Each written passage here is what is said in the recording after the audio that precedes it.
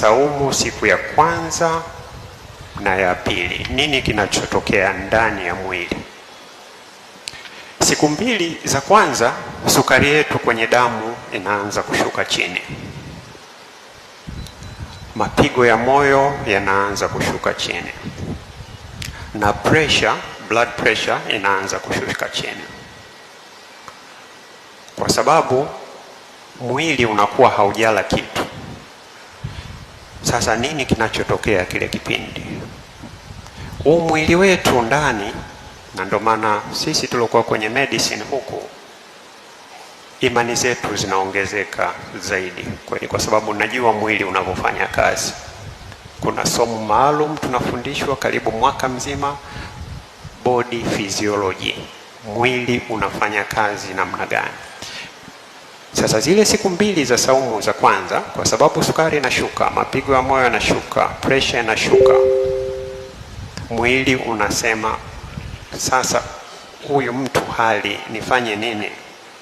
Unajijibu wenyewe, nenda kwenye store. Mwili wetu unatunza chakula aina mbili, moja unatunza kwenye mafuta na mwingine inaitwa glycogen, inageuza glucose tunaoingia inakwenda kuwa glycogen. Sasa wewe na mimi wote tutakumbuka zile siku mbili za kwanza. Hii glycogen iko wapi? Itakuwa kwenye ini, itakuwa kwenye misuli, itakuwa kwenye kitambi. Ndugu Waislamu, ndio maana mnaanza kusikia misuli inauma, tumbo linaweza kuwa linauma, kwa sababu sasa kinachotokea ni lazima ikachukue chakula kule ili sisi tupate energy. Na ndio maana siku mbili za kwanza zile, huyu atasema msuli. Jana nilikuwa nimekaa hapa, bwana mmoja akaniambia, bwana misuli inauma, napaka dawa. Nikamwambia pole, paka dawa kuchukua, lakini nikamwomba kesho usikose kuja, nitakueleza kwa nini misuli inauma. Kile kipindi sasa ndo detoxification inaanza kutokea, mwili wetu unaanza kujisafisha. Hatua ya kwanza, mwili ukikaa bila kula, unachofanya unaanza kujisafisha, unaanza kujila wenyewe. Sasa ikikutana na bakteria, ikikutana na virusi, ikikutana na chembe chembe za saratani, inazichukua zote zile. Mashaallah. Sasa ndugu Muislamu,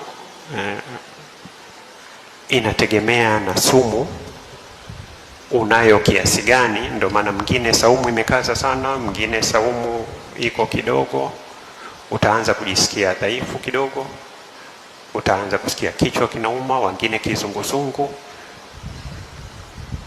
Na sasa hili muhimu, mashehe wetu wanatuambia hapa kuhusu harufu.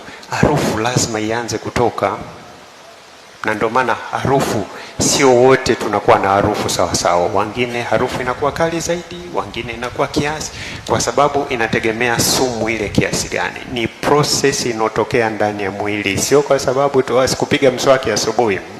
Mara ngapi upige mswaki? Mara asubuhi, utapiga baadaye. Kwa harufu mnaoiona ni mwili unafanya detoxification, ni sehemu ya kitu. Na baadhi yetu tunaona ulimi unakuwa na kama maganda-ganda, uchafu, kama ukungu. Ni mchakato wa kutoa sumu, detoxification.